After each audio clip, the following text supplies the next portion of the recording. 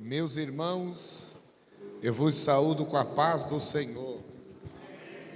É uma alegria diante de Deus de estar aqui com os senhores.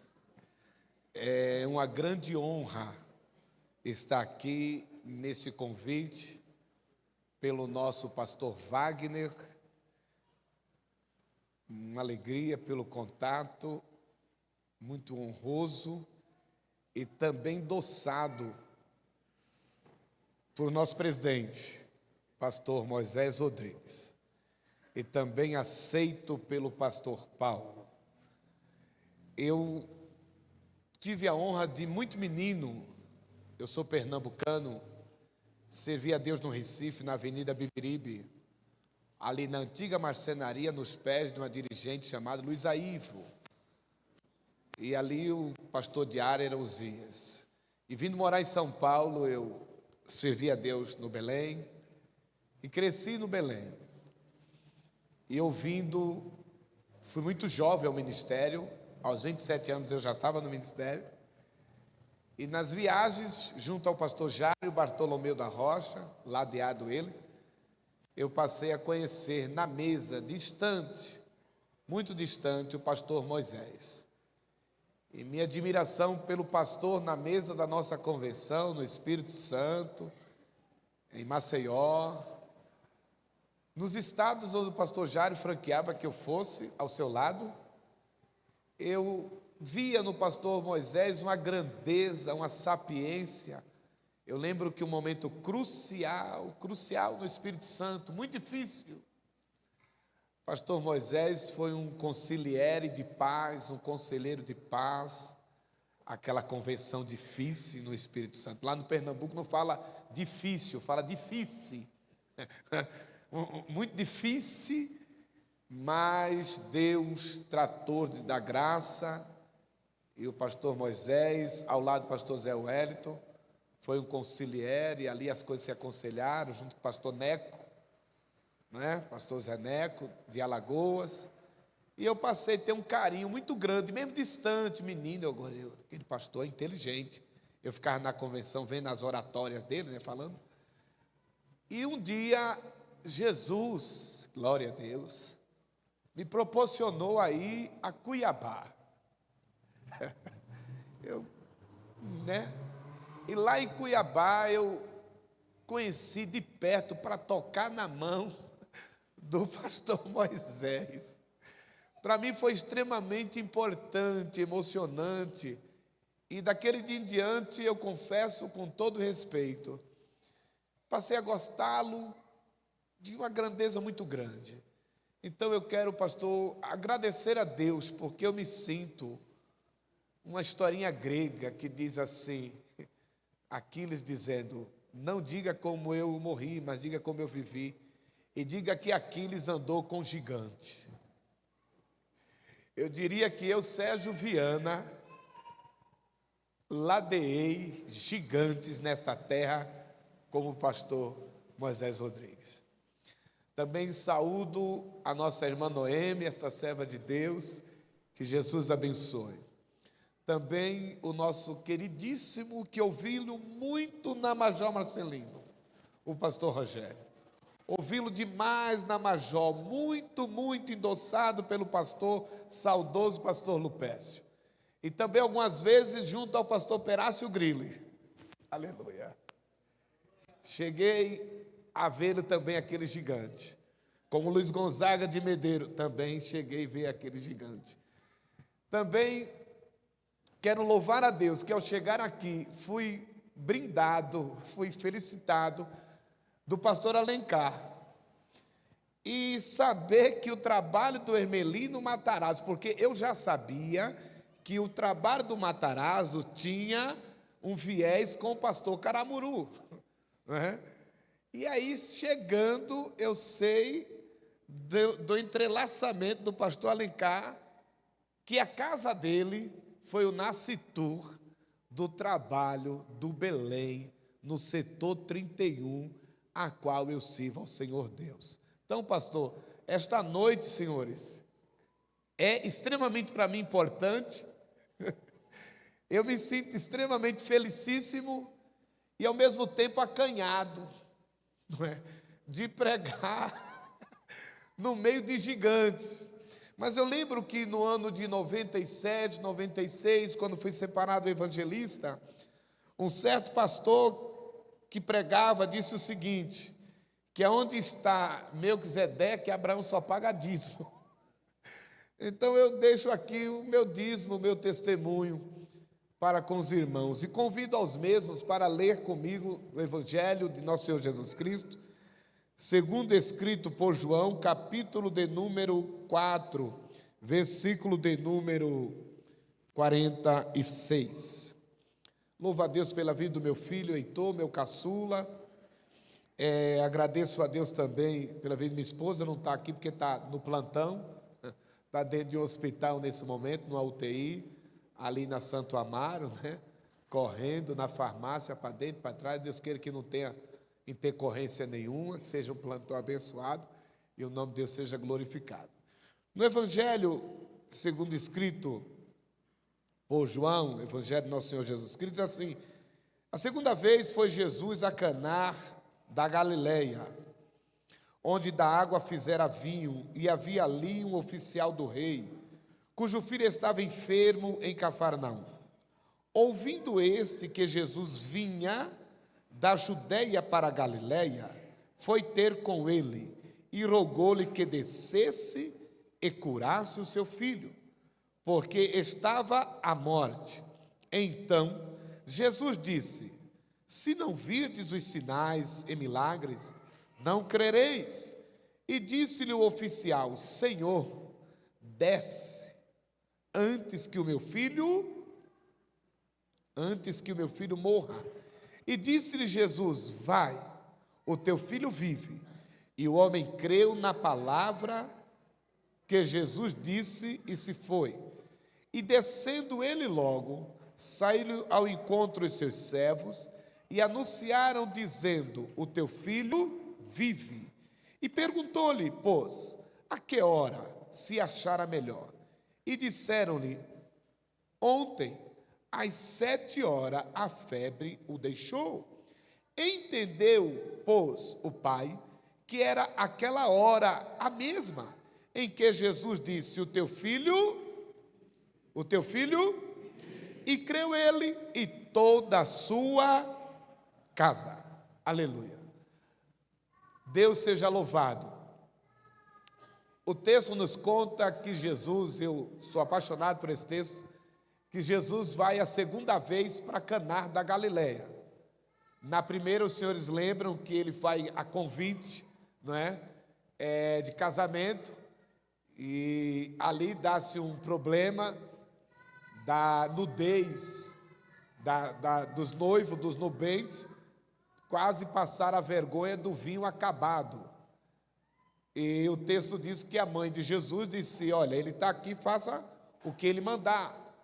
E os senhores lembram que Jesus entrou em ação naquele casamento para dar sustentação ao seu ministério e dar um sabor novo, porque o judaísmo tinha perdido o seu sabor, mas a nova aliança estava entrando em ação.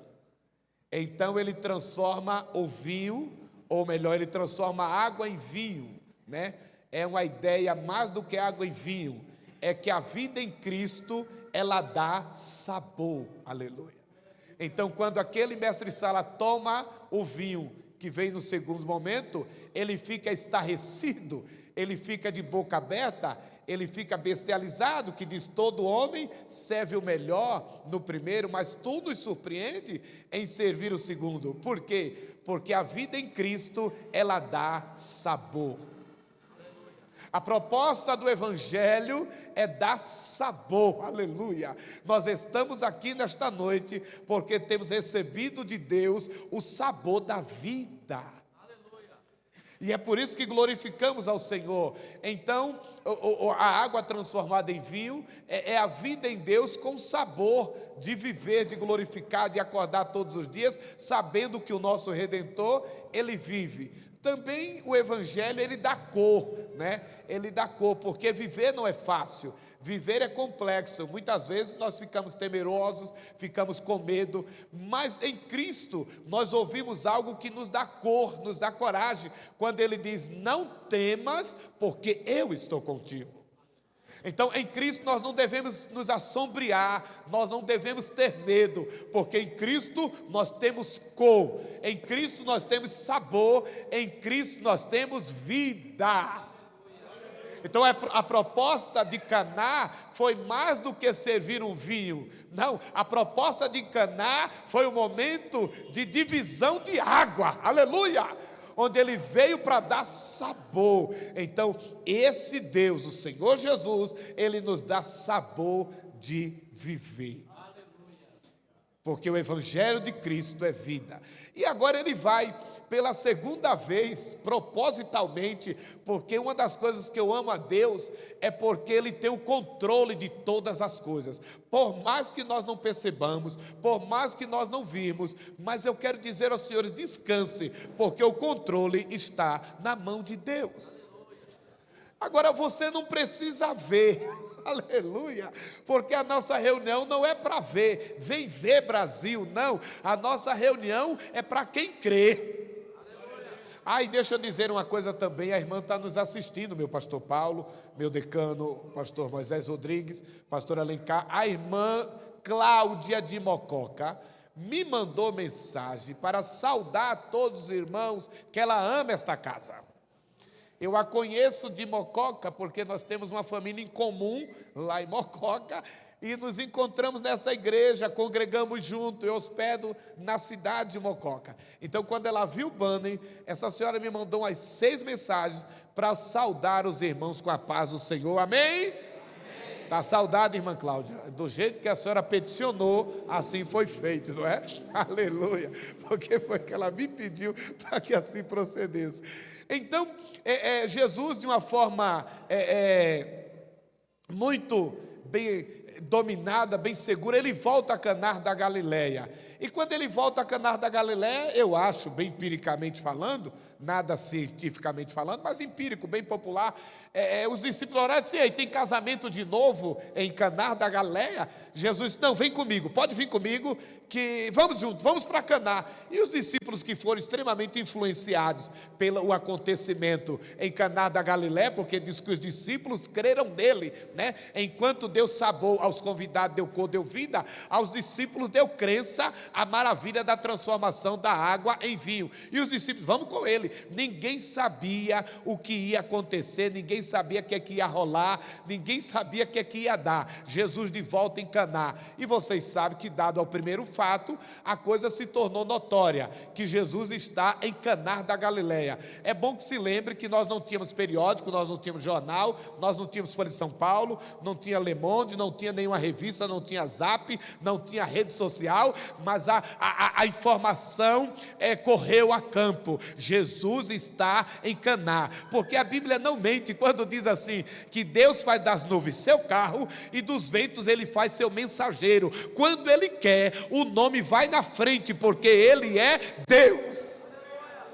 Quando ele quer, ele faz. Então tomou forma o princípio da publicidade. Deu-se naqueles dias, foi publicado: Jesus está em Caná, aleluia. E o negócio pegou, por quê? Porque já tinha um testemunho que ele deu cor, deu sabor e deu vida. Então a galera se agitou, disse: opa, o homem está lá, o homem está lá. E chegou essa informação a 16 quilômetros mais ou menos de distância de Caná para Cafarnaum. E ali tinha um homem que era conhecido. O homem era tão bom no que fazia, que nem nome ele tinha. Ele era conhecido pela carteirada que tinha.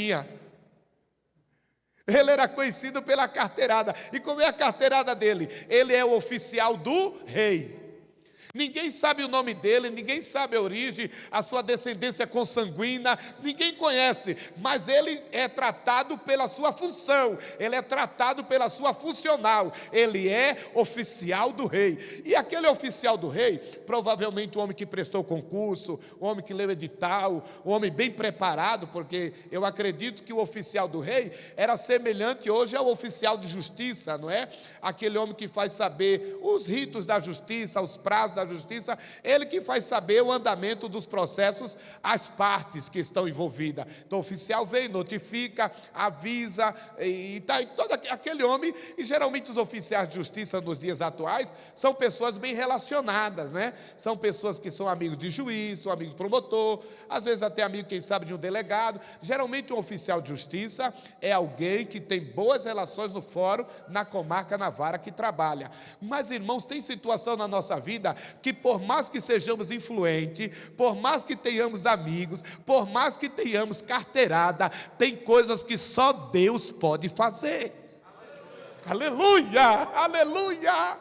Tem coisas que você é influente, você é bilíngue, fala inglês, fez MBA, você é um cérebro, você é um sujeito pensante, como dizia o pastor Jairo Bartolomeu da Rocha, você é uma mente ventilada, é um sujeito extremamente atual, mas tem coisas que só Deus pode fazer. E você descanse nesta noite, porque você está aqui e o nome do Senhor será glorificado. Porque não se trata da sua capacidade intelectual, não se trata da sua competência intelectual, trata-se que a última palavra é dele, e operando ele, ninguém impedirá. E diz que essa coisa, meu pastor Moisés, foi notório que Jesus voltou a Caná da Galileia. E quando ele volta, o senhor oficial, eu gosto disso, o senhor oficial vem. E quando esse senhor oficial vem, sabendo que Jesus está em Caná da Galileia, ele já chega com a pauta. Ele já chega com a pauta, porque lembra que Jário chega adorando. Jário, principal da sinagoga, chega adorando. Aleluia. Chega bem dizendo. Esse homem não, ele chega com a pauta dizendo o seguinte: vem, desce e cura o meu filho. Esse camarada chegou impondo, ele não chega adorando. O que é que eu entendo? Que esse oficial, ele está acostumado a dar intimação, a intimar, mas ele não sabe o que é ser intimado. Aleluia, ele está acostumado a dar ordem, a mandar, a exercer a influência. Ele veio a Jesus e não sabe com quem está falando.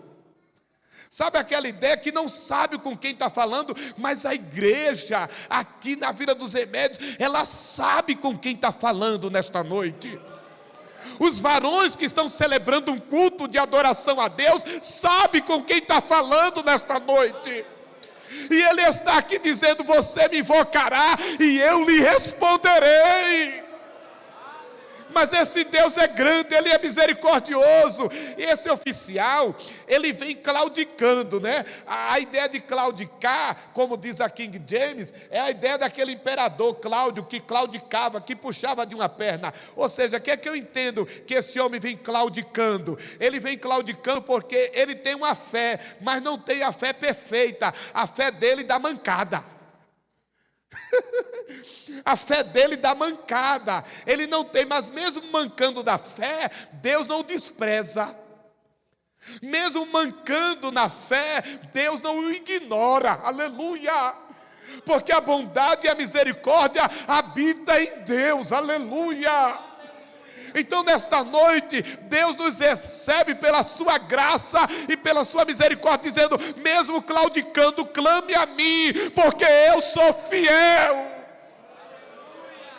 Mesmo claudicando, e esse oficial chega claudicando, impondo a norma dele, que a norma dele é desce e cura. Como assim desce?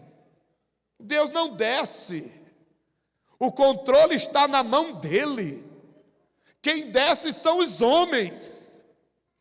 Os homens descem, mas Deus permanece onde está. Aleluia. E onde está? Deus está no controle de todas as coisas.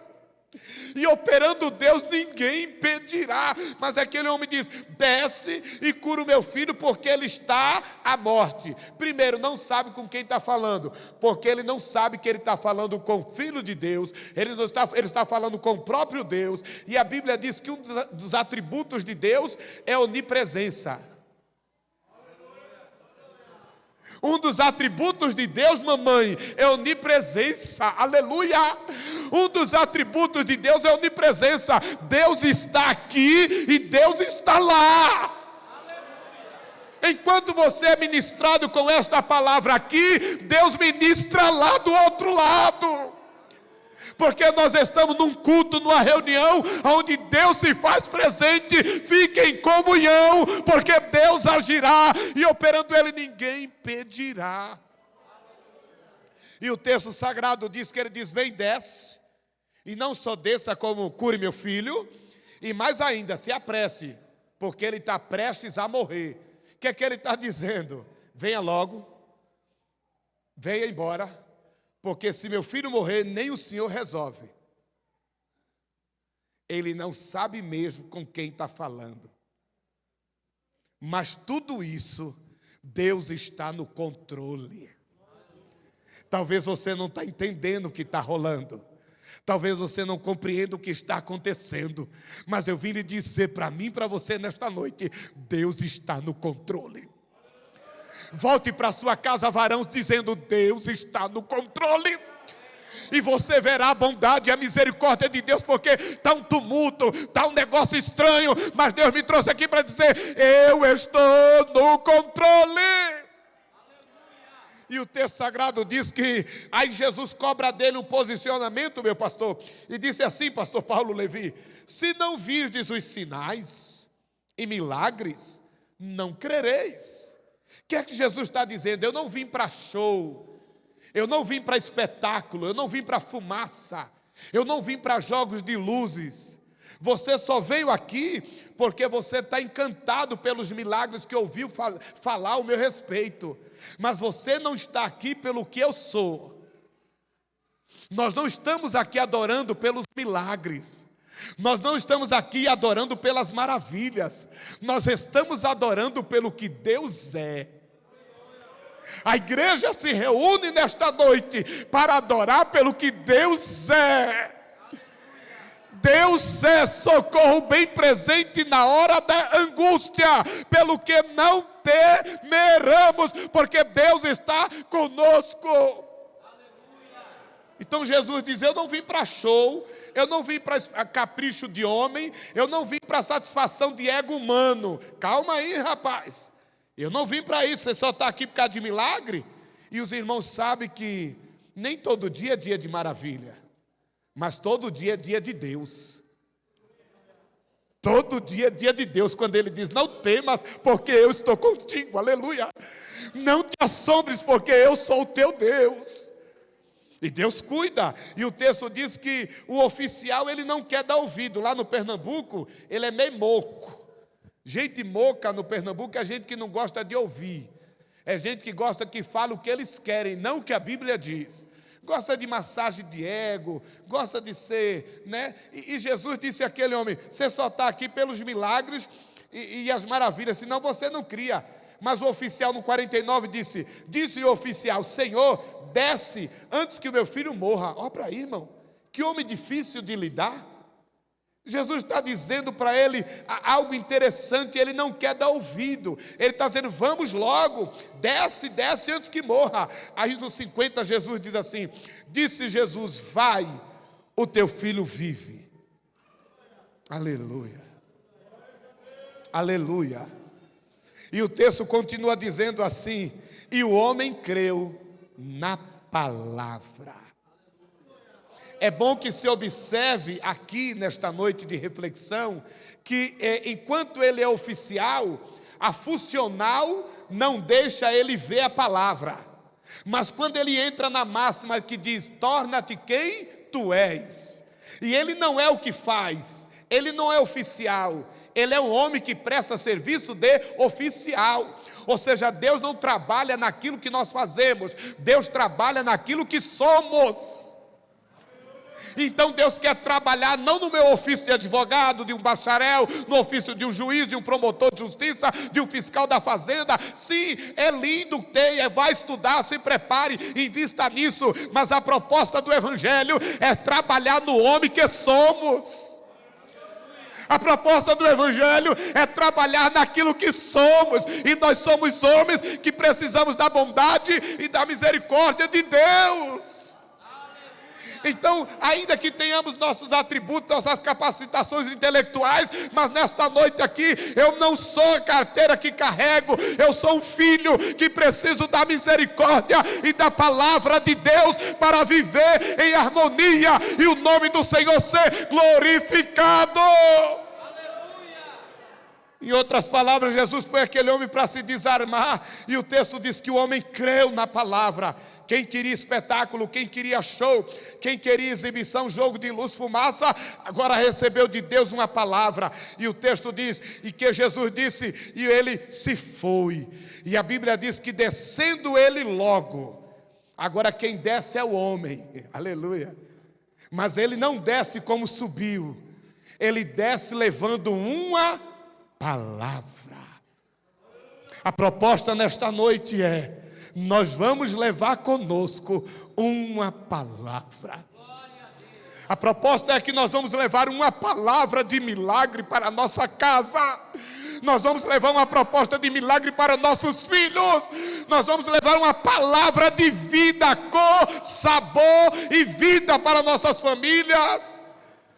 Porque Deus tem isso, e o texto diz que ele creu na palavra e se foi. E descendo ele logo, percebam que descendo ele logo, saiu ao encontro os seus servos e anunciaram dizendo: o teu filho vive. Esse homem é um homem que tem dinheiro, é um homem rico, é um homem que gira a economia de onde mora, porque ele dá emprego, ele tem relação de trabalho, porém, dinheiro não compra tudo. Tem coisas que só Deus pode fazer. Descanse a sua alma, porque Deus tem uma palavra para a sua vida. E aquele homem é um homem bem relacionado, dá emprego. E quando saíram logo, e descendo ele, saíram os seus servos dizendo: o teu filho vive. Quando aquele homem desceu, a palavra veio ao seu encontro.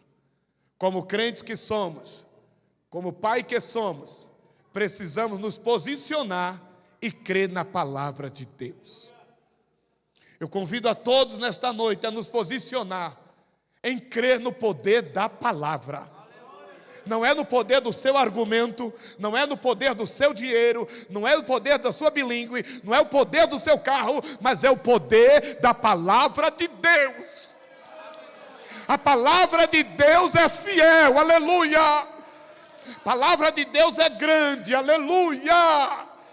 O meu filho mais velho, formado em Direito, era epilético, caía, tomava Depaquem, uma luta tremenda, uma guerra, aquele menino babando, eu pregando em congresso, recebendo mensagem no page, e aquela luta, o menino comprar 17 anos, e 6 meses vai fazer Direito, uma guerra para pagar a faculdade, uma batalha, terminou, pegou o visto dos Estados Unidos, disse: pai, vou ficar 30 dias na América. Eu disse: vá, meu filho, em nome de Jesus. Daqui a pouco foi tirar o visto, chegou no consulado, deram o visto, e quando chegou no serviço, mandaram embora. Pai, tenho 2 notícias para lhe dar, uma boa, uma ruim. Eu digo: meu filho, não tem notícia ruim, só tem notícia, não chame de ruim não, porque tudo com Deus é bom. Aí ele disse: pai, então, eu consegui o visto do consulado. Eu digo: glória, maravilha, meu filho. Ele disse: agora, pai, eu vou morar na América. Eu digo: Rafael, tu estás doido, Rafael? Nada de besteira, macho velho. Não faça isso, porque eu já sofri muito, porque eu vim de Recife, morar em São Paulo, e eu sei o que é deixar a minha terra. E com 3 dias eu podia ir de voltar de São Geraldo, ou com 3 horas eu podia ir de avião. Eu sofri muito aqui. Até meu nome mudaram para baiano. Depois que acertaram que era Sérgio. Mas levou tempo. É uma luta morar em São Paulo, você vindo do Nordeste, que dá um menino desse para os Estados Unidos. Mas ele foi, aleluia. Fazem 6 anos. No começo foi muito difícil. O carro que comprou fundiu o motor. Lá na América. Foi para uma cidade muito gelada, que é Boston, Massachusetts, lá. Uber, sei lá, aquele negócio lá. E aquele negócio lá, E lá naquela batalha, eu falei com um tesoureiro do Sul, chamado Gideão da Convenção do Sul. Me apresentaram, falei: meu filho, não, seu filho veio para aqui não, pastor. Aqui não tem, tem que ter aquele homem. Foi tanta besteira que eu digo: meu Deus, mas deixa ele ir, irmão, ele é novo. Se não der certo, ele volta. Aí ele arrumou uma casa lá, aquelas que mora bastante gente, vocês sabem como é que é. E ali, irmão, quando ele chegou na igreja, tinha 17 crentes na cidade de Uber. e a bateria estava vazia. Fazia 7 meses. Ele começou a tocar com aqueles 17 crentes e a igreja começou a chorar. Porque eles estavam orando para Deus mandar um baterista. Esse Gideão do Sul, ligado à Convenção do Sul, me liga e diz: recebi um filho, pastor.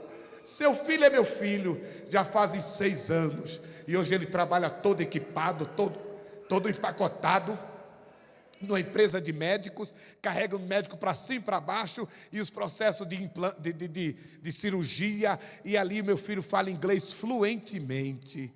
E tem hora que ele para de falar comigo: pai, peraí, e começa a falar inglês com os povos de lá, e eu fico encantado, porque quem era aquele menino? Um epilético que caía, babava, tomando Depaquem, e Jesus fez um milagre.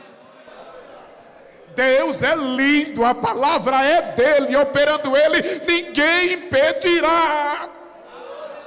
A Bíblia diz que aquele homem foi, desceu e veio a palavra: teu filho vive. E ele é meio kantiano, né? Teoria pura da razão. Esse cara é muito racional, ele é kantiano, ele é meio Tomé, ele só acredita vendo. Aí ele perguntou assim: a que horas meu filho ficará melhor? Que horas meu menino melhorou? Aí alguém disse, os funcionários olhou para um lado, para o outro, peraí, ontem às 7 horas, a febre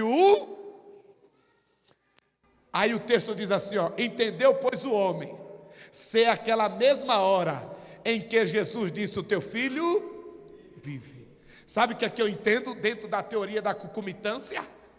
Enquanto Jesus começava a conversar com aquele homem, naquela audiência de culto, mesmo a fé dele claudicando, mas Jesus o recebeu, porque ele é misericórdia. Jesus também conversava com a febre. Jesus também falava a febre e dizia: febre, eu estou segurando o pai desse menino aqui, mas eu quero que você vá embora agora. E eu aprendi nesse contexto que a febre naquele dia tinha ouvido. A febre, no momento concomitante que Jesus conversava com o Pai, também tratava com a febre. Enquanto você está aqui, Deus está tratando do outro lado, e o nome dele é glorificado. Porque o Deus de perto é o Deus de longe. Com os olhos nunca se viu e com os ouvidos nunca se ouviu. Um Deus que trabalha a favor daquele que nele espera. E eu sou apaixonado por esse texto, porque diz assim: entendeu, pois, o Pai, diga Pai. E o texto diz assim, meu pastor Paulo Levi: oficial, homem e Pai. Como é que Deus trabalha dentro de uma teologia num ser só? Porque ele se apresenta como oficial, ele recebe a palavra como homem, e agora é tratado como pai. Aleluia. Aleluia. Sabe por quê? Só Deus conhece os corações. E quando o texto diz que o chama de pai, é porque Deus está trabalhando na parte emocional daquele homem. Sabe, para mim concluir, que é que eu descobri aqui nas entrelinhas, como dizia o saudoso pastor Antônio Gilberto, dentro dos seus capedes, não é? O pastor Antônio Gilberto dizia assim: tem coisa que não está claro, mas está nas entrelinhas. Aleluia! Oh, aleluia! E eu descobri, senhores, que o problema não era o menino. O menino só foi o pano de fundo. Mas o problema mesmo foi o pai do menino. Porque o texto diz assim: e creu ele e toda a sua casa. Pergunta aos senhores e mesmo respondo: por que o menino que supostamente estava febril não precisou crer? E quem creu foi o pai. Porque o problema mesmo da família não era o menino, mas era o tipo de conduta que o pai tinha em casa. E ao pai receber o evangelho, vida, cor e sabor, toda a casa dele foi contagiada pelo poder da palavra. A proposta que vamos levar para casa nesta noite é que Deus não só quer os varões aqui, Deus não só quer as varoas, não, Deus quer a casa toda. A proposta do evangelho é a família toda, aleluia. E o texto sagrado diz: e creu ele, aleluia, eu amo isso, e creu ele e toda a sua casa. E sabe o que é que eu subentendi aqui nas entrelinhas, como dizia o mestre saudoso, pastor Antônio Gilberto, quando dizia que tem coisa que não está explícito, mas está nas entrelinhas, é que fé pega. Eu vou repetir de novo: fé pega. Se você voltar com esta palavra hoje para casa, no coração, a fé vai pegar dentro da tua casa. Toda a tua casa crerão no poder maravilhoso da salvação em Cristo Jesus, nosso Senhor. Eu acho lindo esse pai contagiado pelo poder da palavra. E agora ele começa a ter um comportamento diferente. E a casa de seu pai está mudado. Isso é evangelho. Seu pai está com sabor. Isso é evangelho. Seu pai tem cor. Isso é evangelho. Seu pai está mostrando nova vida. Isso é evangelho. Vamos crer junto com seu pai, porque Jesus é o Senhor da nossa casa. Com isso termino, que às vezes mau comportamento, mal situação, às vezes não são nossos filhos, às vezes são nós mesmos, que temos comportamentos XWY e às vezes contagiando a nossa casa, quando deveríamos tomar a nossa casa de fé e dizer aos nossos: creiamos em Deus, porque Ele é fiel. Buscamos a face de Deus, porque Ele é fiel. Os nossos filhos precisam de pais de joelho para que estejam de pé e o nome de Deus seja glorificado. Aquele pai foi tomado, varão.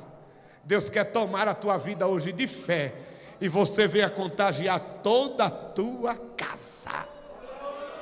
E se eu fosse discutir aqui casa, eu discutiria casa como domicílio, aquela que você é intimado, é citado, é comunicado, como eu poderia também discutir casa como tua vida interior, porque eu estou lhe vendo de terno e gravata, mas quem conhece o interior seu é Deus. E Ele quer que você tire esse absinto, quer que você tire esse medo, quer que você manda fora esse medo, porque Ele me trouxe aqui para dizer: não temas, porque eu estou contigo. Não tenha medo, porque eu sou o teu pastor e tomo pelas tuas mãos e te digo: tu és meu. Aleluia. Ele quer morar na tua casa. Ele quer desfrutar com você relacionamento. Ele quer desfrutar com você comunhão. Ele quer dar as mãos para você e dizendo: eu sou o teu pai. Quero agradecer a Deus essa oportunidade e dizer que todos nós levamos para a nossa casa esta palavra. Muito obrigado, pastor Paulo Levi. Deus abençoe.